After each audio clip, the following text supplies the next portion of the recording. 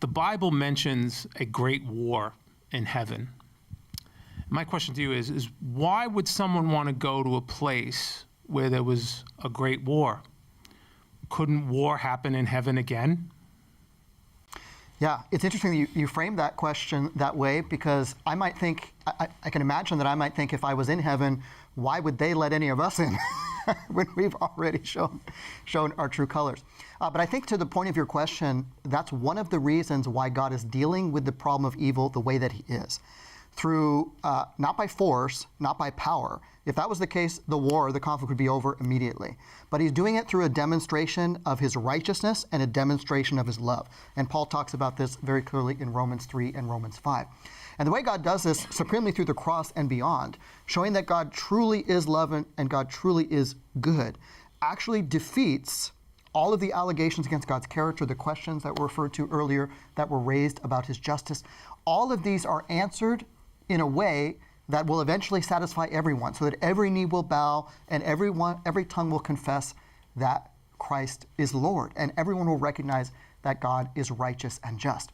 And this demonstration through the plan of redemption, supremely through the cross, effectively inoculates the universe so that everyone sees just how evil sin is, and no one will ever want it to rise again, and it never will rise again.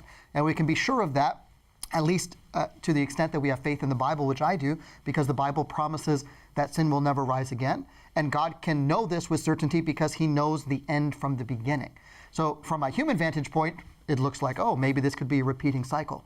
But God promises us in his infinite wisdom that it will not rise again, and he has done everything that is necessary to effectively inoculate the universe from this ever taking place again, so that this controversy will be ended once and for all, not through force, but ultimately through love and righteousness. What you're presenting is really fascinating, because it seems like the dilemma of God is, how do you secure the universe from another rebellion, another planet Earth, another insurrection from happening without violating the choices of his creatures?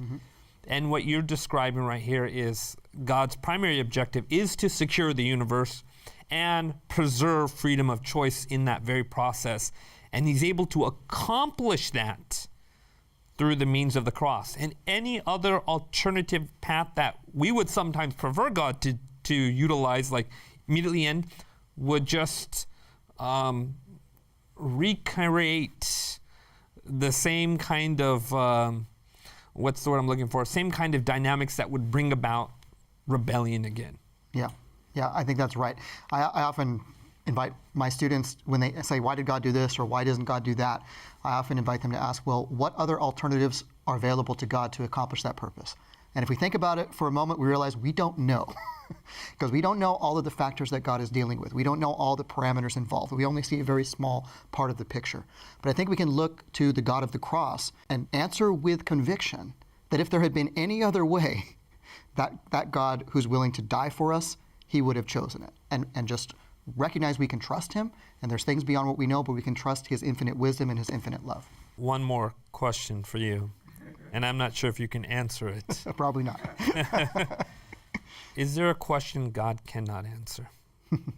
I think there are questions God cannot answer, but they're of the kind that go against God's character. So there's no informational question he couldn't answer, but there are questions like, who do you not love?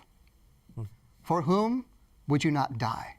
Right? God's love is so great that if there was just one sinner that Christ that had to go through the cross for, to die for, he would have gone through it for that person. So those kinds of questions, there's no answer to.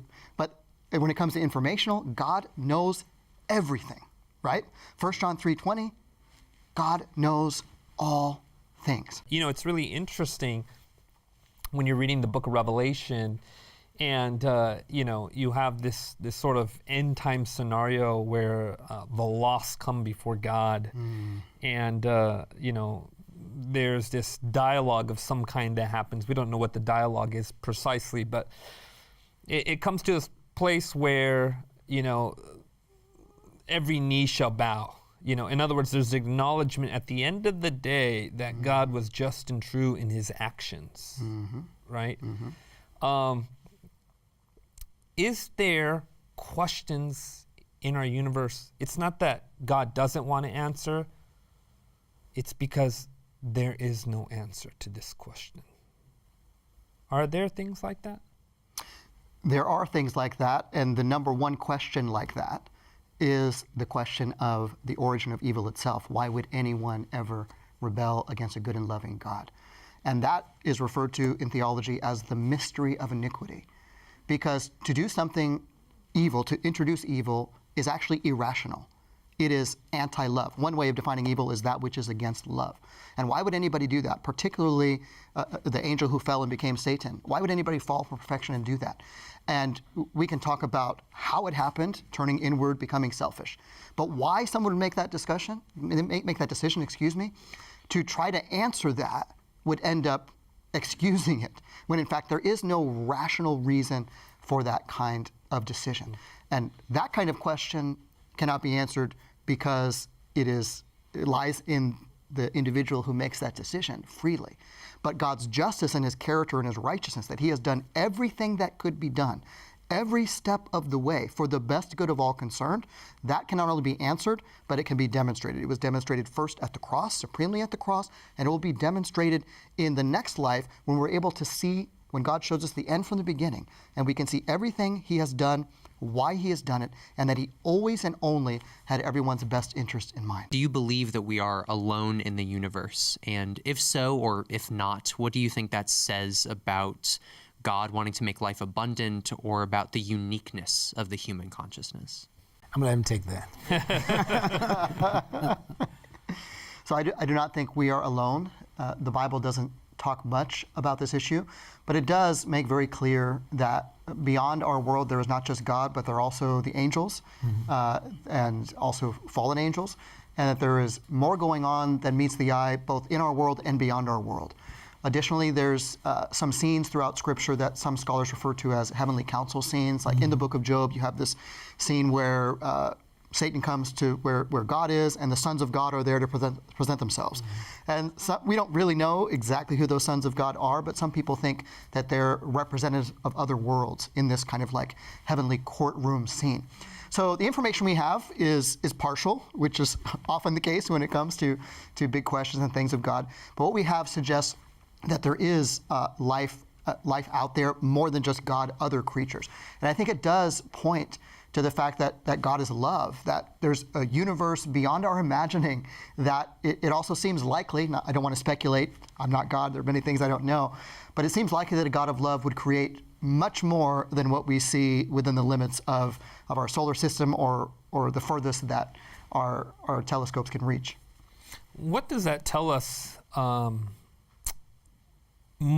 even more about the plan of redemption? Does the fact that we live in a bigger universe in some way diminish the plan of redemption, or does it enhance the bigger picture and the moves that are made within the plan of redemption? Yeah, I think it actually enhances it.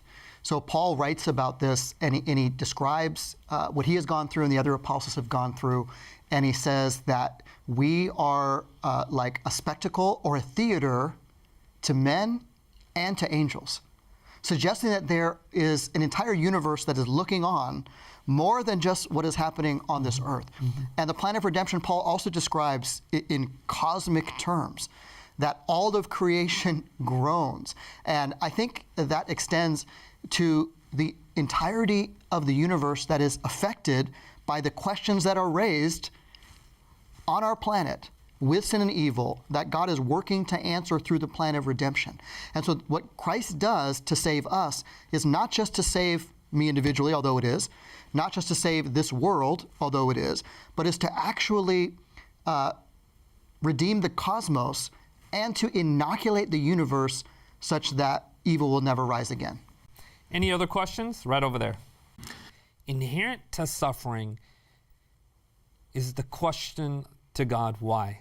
Yes. Why is this happening? Yes. And the very fact that Jesus himself entered into that very experience tells us how much he took on humanity. Yes. That he himself cried out, why? Yes. Why is this happening? Yes. Why does the human heart crave answers Yeah. in the midst of suffering? I think in the midst of suffering, everyone needs something to hold on to. We all want answers to life's ultimate questions. And it's not just the question of suffering. We have all these big questions that are very difficult to answer. What's the meaning of life? What is my purpose? But I think in the midst of suffering, when we're going through evil, that's when the rubber hits the road, maybe in the strongest way. Like, is everything meaningless? Does anything really matter? Is there really a God? And I think that we need to recognize at this juncture, when we're asking these questions, that, as you said, Jesus himself modeled this for us already as our example. And Jesus himself is the ultimate figure in a long lines of figures in the Bible of people who went through undeserved suffering. And one of the greatest examples is Job. He goes through all of this undeserved suffering, so much that he cries out to God and questions God and says, God, you've been cruel to me. I wish I was never born.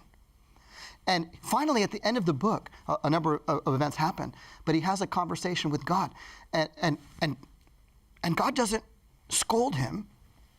God says that Job did not, he says of Job's friends, they spoke what was not right of me, because they all said, oh, this must be happening to you, Job, because you deserve it, because you've done something wrong. You've done something that God is judging you for. Job knew that wasn't the answer. He hadn't done anything to deserve this. And at the end, God says they had spoken what was not right of him, but of God. But he doesn't say the same thing of Job. But what he does say to Job is he says, who are you? Right? Were you there when I created the world? Who is this in Job 38? God says, who is this who darkens counsel with words without knowledge? And in one translation of that verse, it says, why do you talk so much when you know so little? And in that encounter, Job recognizes how little he knows. And he actually says, I spoke of things that I did not understand, things too wonderful for me. And so there's always a point where we have to recognize that God is bigger than our questions. And when we're suffering and asking the deepest questions, one thing we can hold on to is that when we suffer, God suffers with us, whenever anyone suffers. When my son, he was 5 at the time, he broke his arm, I would have rather broken my arm. And I think he recovered from that sooner than my wife and I did, not just physically, but emotionally. But it's even more so with God, because all of us are God's children. And he loves us more than we can possibly imagine.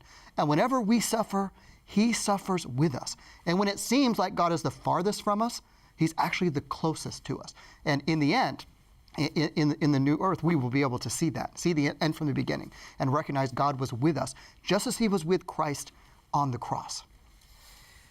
Now, what you're describing is it's very interesting, because a lot of the questions that you see in the Bible, I mean, there are people who are very inquisitive, and then there are people who are very skeptical, right? When do questions, according to you, when do questions no longer have any benefit to us? Yeah. Probably most of us have heard the saying, there's no such thing as a bad question. And I think that saying is true if the question is asked in a spirit of actually seeking the answer. I think a question becomes a problem when it's used as a weapon. Okay? So God is always big enough to handle all of our questions. It'd be silly to say, I'm not going to raise my question with God that's in my mind. He already knows what's in your mind, right? He already knows if you're questioning. So there's no point in trying to withhold that from him, right? You can bring it to him. He's got big shoulders, so to speak. He can handle all of our questions. But to try to hide it from him is kind of like playing hide and seek with my son when he was young. And he'd hide behind a tree and be like, "Oh, Daddy, you can't see me, but I can see him," right? The tree's not covering up. Right. I know exactly where he is. God knows all of our questions already, and so we have nothing to fear from bringing our questions to God. He can handle our questions, whatever they may be. And what you're pointing out is it's important to be in this evaluation of our own motives behind the questions. Are we genuinely interested in the answer? Yes. And when the answer comes, are we prepared to accept that answer, whatever it may be, right? That's right. So you can wrestle with God, even as Jacob wrestled with God in Genesis. But the key is not to try to wrestle him away. So if your questions are like a weapon, and sometimes people do raise questions, it's like a defensive. They don't really want the answer, because even if you answer that question, there's another question, there's another question. And it's not bad that there's another question, but the questions are really to deflect. The questions are really to move away. They really like to wrestle God away. But what Jacob did, when he's wrestling with God, is he refuses to let go. And I think that's the key when we're asking questions. They should be asked in the spirit of good faith, in the spirit of trying to seek the answer. And if we're trying to seek the answer, again, we are told that if you ask, it will be given to you. This is a promise from Christ. Maybe not now. That doesn't mean we'll understand everything right now. But enough will be given if we seek the one who has all the answers and recognize that we do not have all the answers. We could not possibly have all the answers, and we shouldn't expect it to be otherwise. That's part of God's answer to Job. Do you know all of these things? Of course I don't know all of these things, but God knows more than we could possibly ever imagine. And a good question is whatever question that is asked when we're actually seeking the answer, and God welcomes all of those questions. Dr. Peckham, I got